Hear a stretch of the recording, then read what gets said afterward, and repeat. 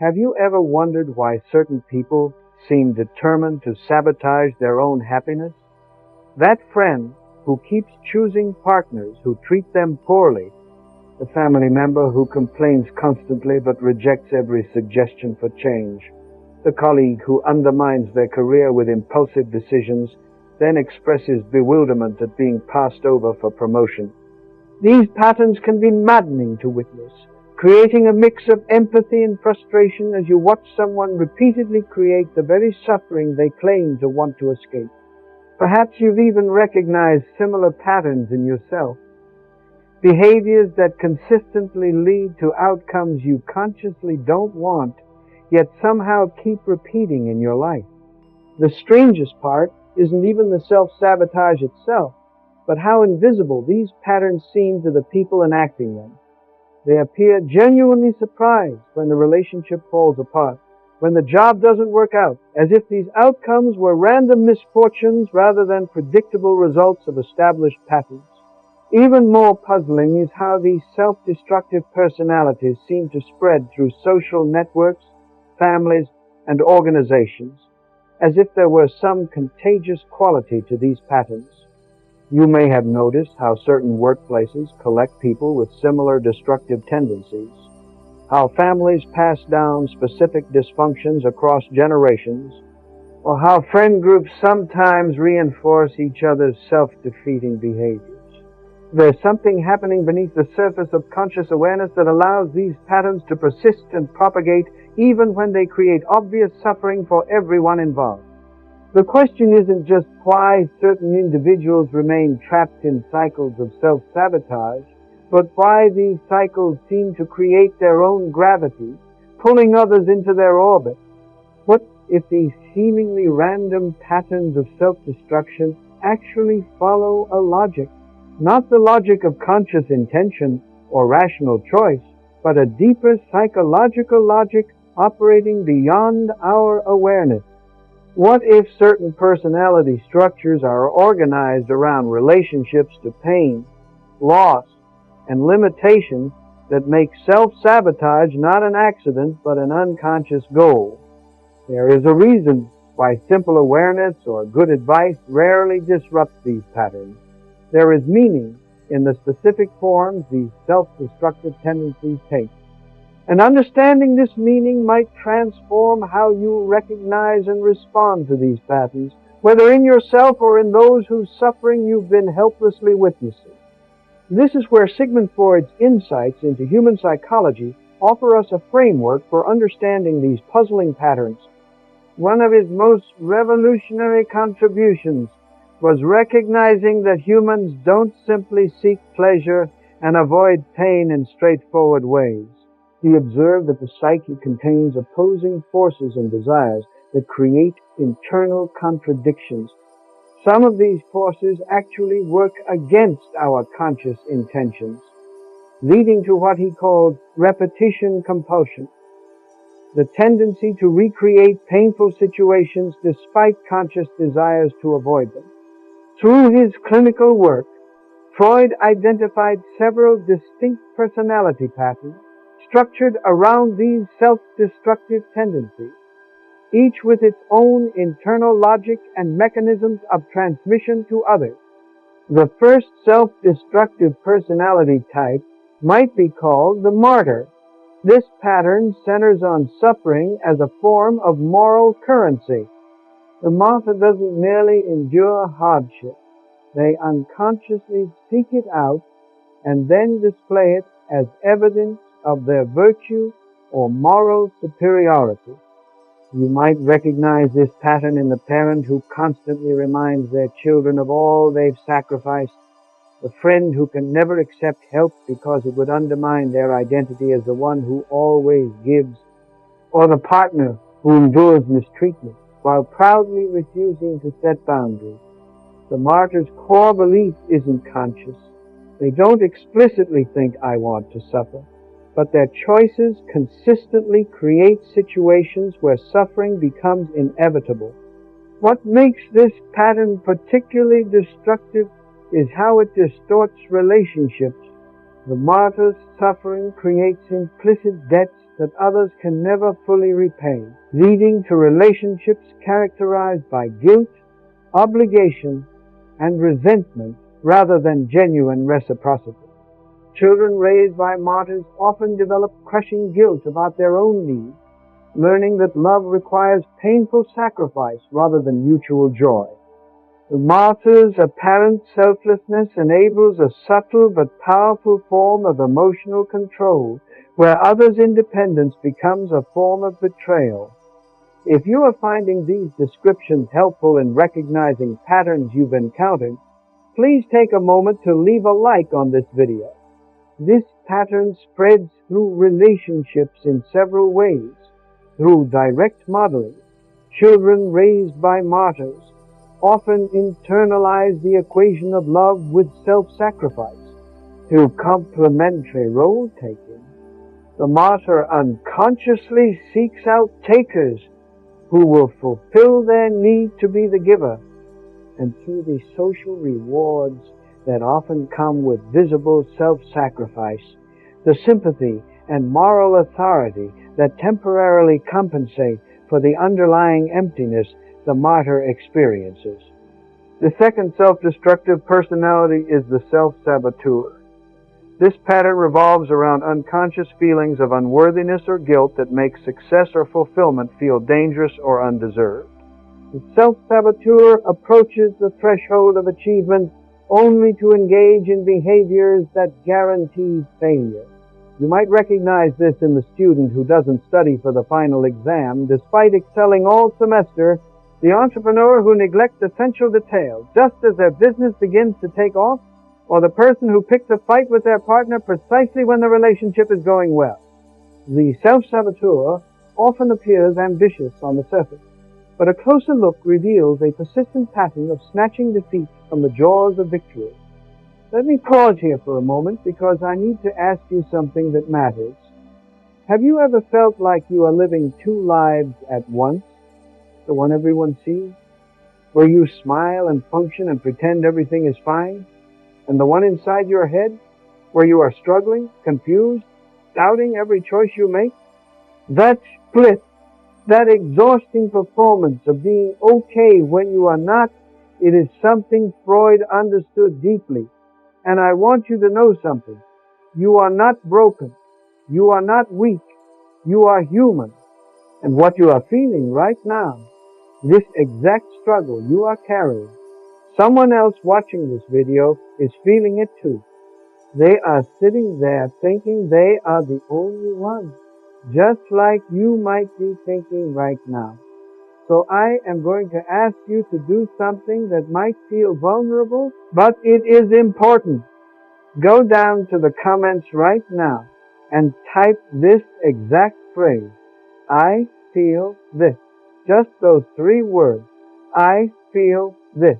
You do not need to explain. You do not need to write your whole story. Just let those words be your voice today. Because when you do that, something powerful happens. The person scrolling through these comments, the one who feels completely alone in their pain, they are going to see your comment. And for the first time in maybe days, weeks, or months, they are going to realize they are not alone either. Your 3 words might be the thing that helps them breathe a little easier tonight. This is not just about engagement.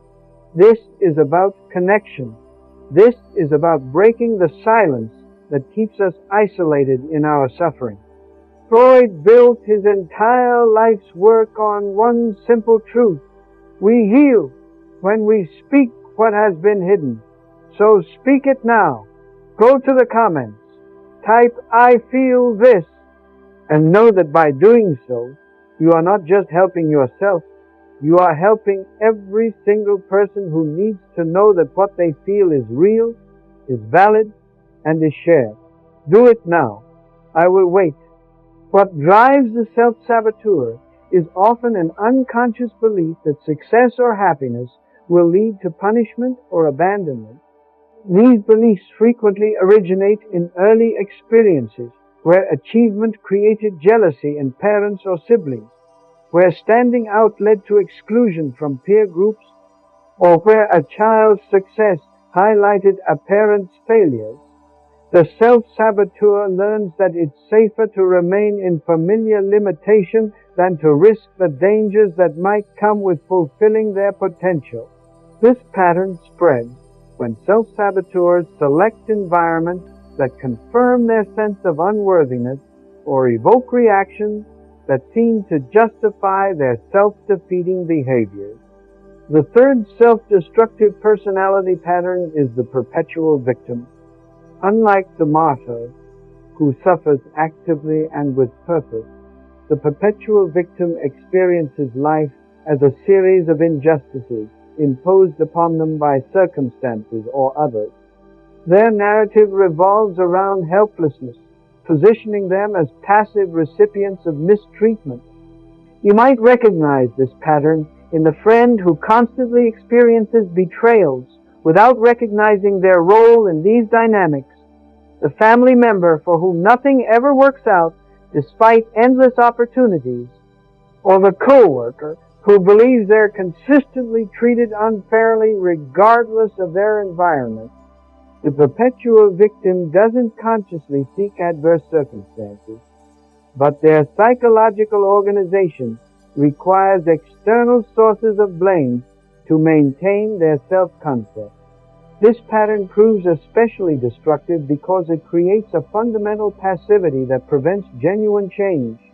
By locating the sources of suffering entirely outside themselves, the perpetual victim remains trapped in cycles of disappointment while preserving an identity built around blamelessness. The pattern spreads as victims seek validation for their perspective, forming communities of mutual complaint where alternative interpretations are rejected as victim blaming. It also propagates through systems that reward victimhood with attention or reduced expectations, creating environments where accountability becomes impossible. You already know this, but we're not ready to understand ourselves alone. The human mind is vast, complex, and often frightening to explore without guidance. If this content is helping you see yourself more clearly, if these insights about Freud's work are bringing light to parts of yourself you've kept hidden, then consider subscribing to this channel. This is not just another psychology channel. This is a space where we explore the depths of human nature together, where we take the most profound concepts from psychoanalysis and make them accessible, practical, and deeply personal. Every video here is designed to help you understand not just theory, but yourself, your patterns, your fears, your desires, the invisible forces that have been shaping your choices without your awareness. When you subscribe, you are making a commitment to yourself. You are saying that you are ready to look deeper, to understand more, to stop running from the truth of who you are. And I promise you this, I will be here every week, bringing you insights that matter, explanations that actually make sense, and perspectives that can genuinely change how you see yourself and the world around you. This journey of self-understanding is not easy. Freud knew this. He spent his entire life mapping the human psyche precisely because he understood how lost we can feel inside our own minds. But you do not have to walk this path alone. Hit that subscribe button. Turn on notifications. Become part of a community of people who have decided that understanding themselves is worth the discomfort, worth the effort, worth the time, because at the end of the day, the most important relationship you will ever have is the one with yourself, and that relationship deserves your attention, your curiosity, and your courage. So, subscribe now, and let's continue this exploration together. Your future self will thank you for taking this step today. The fourth self-destructive personality type is the controller. This pattern centers on an overwhelming need for certainty that paradoxically creates the very chaos it seeks to prevent. The controller experiences uncertainty or independence in others as threatening, leading to behaviors that attempt to manage every variable in their environment. You might recognize this in the micromanaging boss who creates workplace dysfunction through excessive oversight, the parent who monitors every aspect of their children's lives only to provoke rebellion, or the partner whose jealousy eventually produces the very betrayal they feared. The controller's inability to tolerate ambiguity leads to behaviors that generate resistance and resentment. This pattern proves destructive because the quest for absolute control is fundamentally impossible. The controller's efforts to eliminate risk actually generate increasing chaos as others react against their restrictions or develop covert methods of self-determination. Relationships become battlegrounds where intimacy is sacrificed to the need for predictability. This pattern spreads when controllers select environments where their approach initially appears necessary or create crises that seem to justify their interventions. The fifth self-destructive personality pattern is the perfectionist. While seemingly oriented toward excellence, this pattern creates suffering through impossible standards that guarantee perpetual disappointment. The perfectionist doesn't merely strive for high quality. They demand flawlessness, creating conditions where satisfaction becomes structurally impossible. You might recognize this in the person who can't complete projects because they're never quite good enough, the parent who focuses on the single B amidst a report card of A's, or the partner whose constant criticism gradually erodes all joy from the relationship. This pattern becomes destructive through its fundamental rejection of human limitation. By establishing standards that no person could consistently meet, the perfectionist creates a permanent gap between expectation and reality that generates persistent shame. Relationships suffer as others experience the perfectionist standards as rejection of their fundamental selves.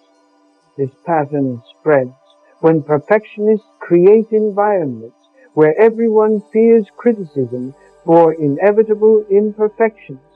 It also propagates through cultural ideals of flawlessness that validate the perfectionist approach while obscuring its psychological costs. The sixth and final self-destructive personality type is the rebel. This pattern organizes itself around opposition rather than authentic autonomy, creating a reactivity that paradoxically limits genuine freedom. The rebel defines themselves primarily against external expectations, making decisions based on what others don't want rather than what truly serves their own well-being. You might recognize this in the person who reflexively rejects good advice simply because it came from an authority, the adolescent whose self-destructive behaviors persist into adulthood as statements against perceived constraints, or the partner who creates conflict around minor issues to maintain independence within intimacy. What makes this pattern destructive is how it confuses reaction with authenticity. By organizing identity around opposition, the rebel remains just as controlled by external factors as someone who blindly conforms, their choices still determined by others, only in reverse. Relationships become contexts for power struggles rather than collaboration. This pattern spreads when rebels surround themselves with fellow reactionaries who reinforce oppositional thinking or provoke responses from others that seem to justify their resistance. Understanding these 6 self-destructive personality patterns helps us recognize that what appears as simple self-sabotage often follows a deeper psychological logic. These behaviors make sense when viewed through the lens of unconscious beliefs and adaptive strategies Developed in earlier contexts, it reveals how these patterns persist not through conscious choice, but through psychological structures that operate largely outside awareness, explaining why simple insight rarely creates lasting change. And it illuminates how these patterns spread through relationships and social systems. Most importantly, this understanding can transform how we respond to these patterns. Rather than reacting with frustration to seemingly irrational self-sabotage, we can approach these behaviors with curiosity about their underlying logic and compassion for the legitimate fears that drive them. We can recognize that these patterns often develop as adaptive responses to earlier environments, even if they've become destructive in current contexts. If you recognize aspects of these patterns in yourself, the first step toward change isn't harsh self-criticism, but gentle awareness. Notice when these tendencies emerge, what triggers them, and what function they might serve. Consider how these patterns might have developed as responses to earlier experiences, acknowledging their original adaptive value, even as you recognize their current cost. And explore what alternative beliefs and behaviors might better serve your authentic well-being. If you recognize these patterns in others, remember that simple advice rarely disrupts unconscious dynamics. Instead, consider how you might avoid reinforcing the pattern through your own reactions. Maintain compassionate boundaries that don't enable self-destructive behaviors, and model healthier alternatives. Share this video with someone who might benefit from understanding these patterns of self-destruction. They might find clarity about behaviors they've been helplessly witnessing or experiencing. In the end, what Freud offers us through these observations isn't just a typology of human dysfunction, but a more compassionate way of understanding the complex nature of the human psyche. By recognizing the deeper patterns beneath seemingly irrational behaviors, we open possibilities for genuine transformation, not through simple willpower, but through addressing the underlying dynamics that drive these persistent cycles of self-sabotage.